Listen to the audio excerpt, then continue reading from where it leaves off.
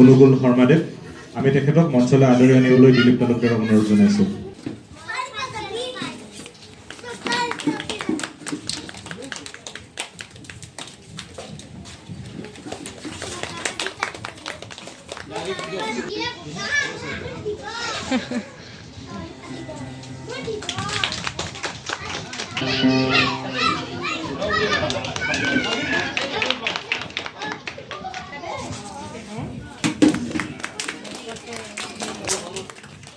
তেখেতে নলবাৰীৰ সমাজ প্ৰথমতে দাদা সুধিব বিচাৰিছোঁ যে তেখেতে হাইস্কুল শিক্ষা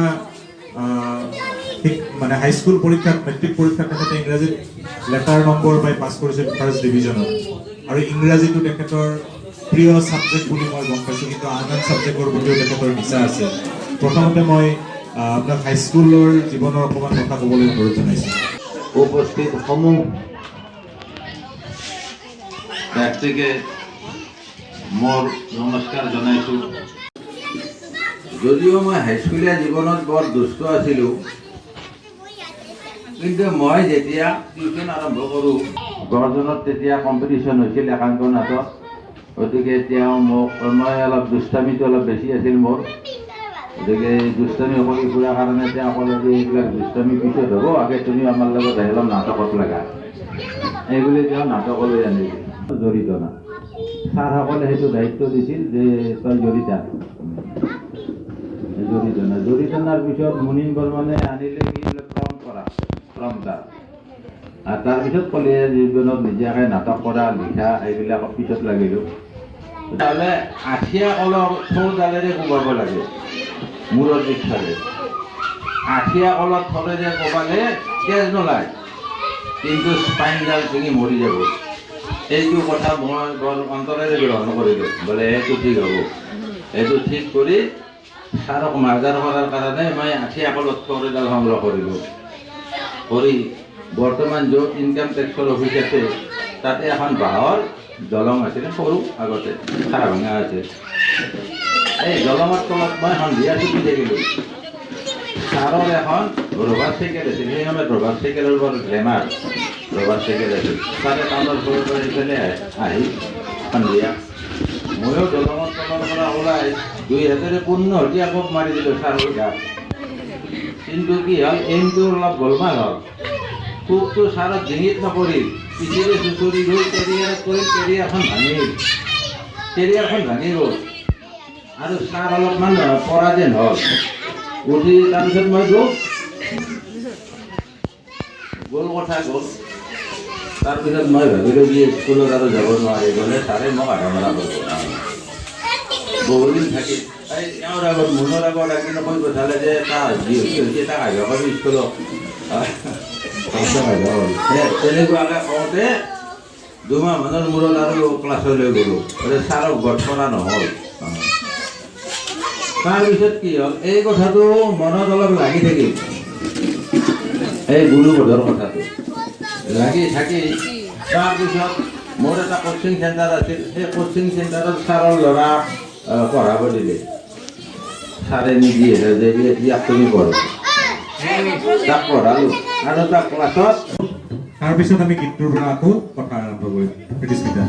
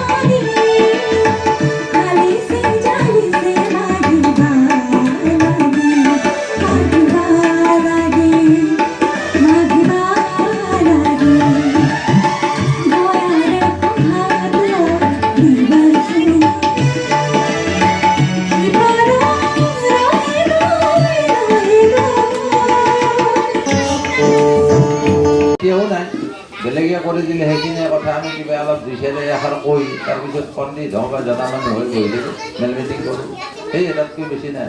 কষ্ট কৰাৰ আগ্ৰহটো নাই। গতিকে মই আপোনালোকক কৈছোঁ, যিবিলাকৰ এইবিলাক দিশত অলপ নিচা আছে, অলপ কষ্ট কৰি এইবিলাক উদঘাটন কৰিব লাগে। দূৰলৈকে যাব নালাগে, আমাৰ নলবাৰীৰ ওচৰতে আছে। বিচাৰিলে এইবিলাক পোৱা যায়, বিচাৰিব জানিব লাগিব, বিচাৰিলে পায়। বহুত হেৰি নহয়, জটিল নহয়।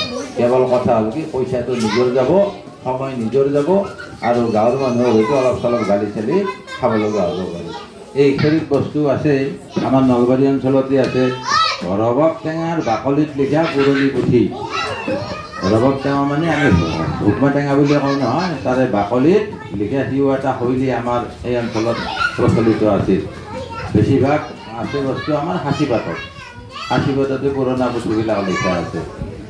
এই সাঁচিপাতবিলাক আৰু উদ্ধাৰ কৰি তাৰো ক্ৰমবিলাক নিৰ্ণয় কৰি চন তাৰিখ নিৰ্ণয় কৰা।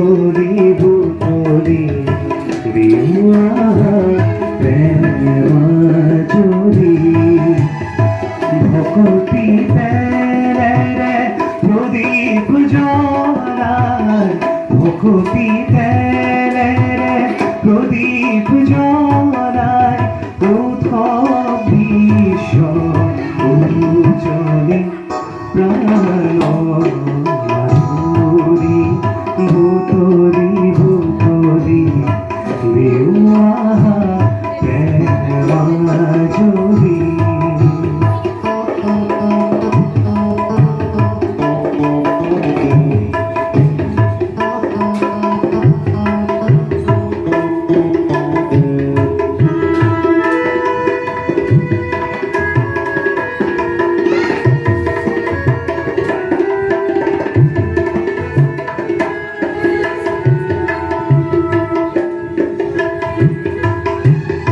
তুমি তোমার বেটিয়ার পরা একেরা হে আশা উজলাই ধরা তুমি তোমার বেটিয়ার পরা একেরা হে আশা উজলাই ধরা আজিও ভরাহি করুণা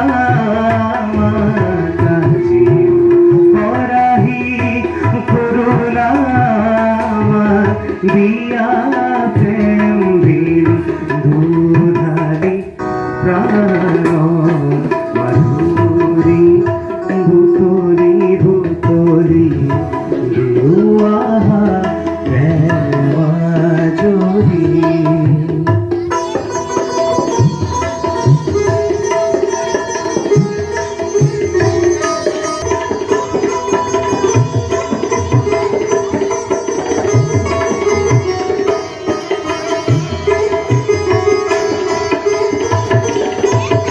বিদুয়া জননী করুণার বেণু ভজুয়া জগৎ বিনুনি বেণু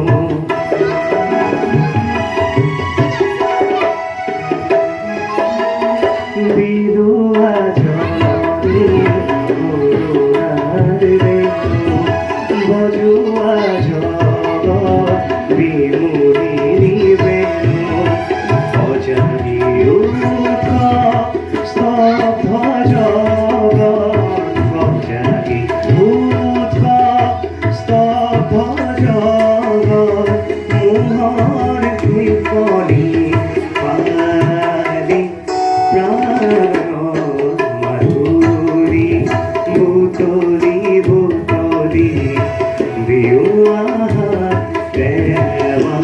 ভক্তি প্রদীপ জ্বালায় উৎসব বিশ্ব উজ্জ্বলি প্রাণ মাধুরী ভূতলি ভূতলি দেওয়া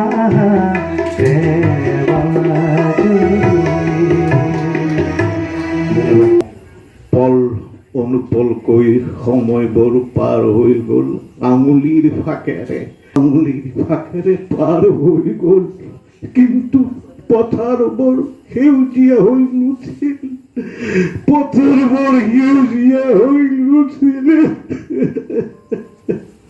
এইটো এটা আৰু স্নাতা ৰূপহীন পুতি নিশাই সপোন আৰু দিৰানি তোমাৰ হেনো নাম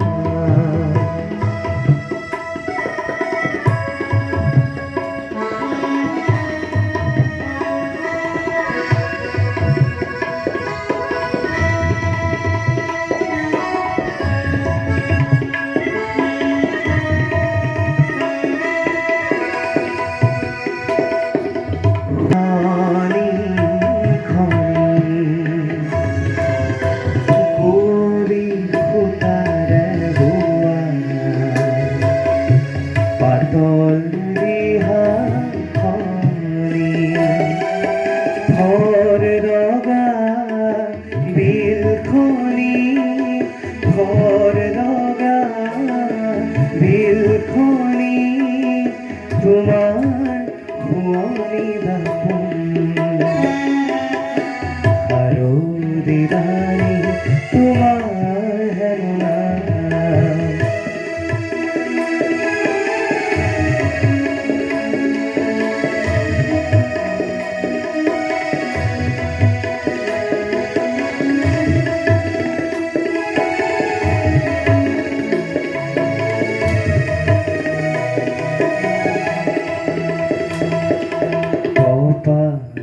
অহা যোৱা সেউজী ঘাঁহৰ হিমানী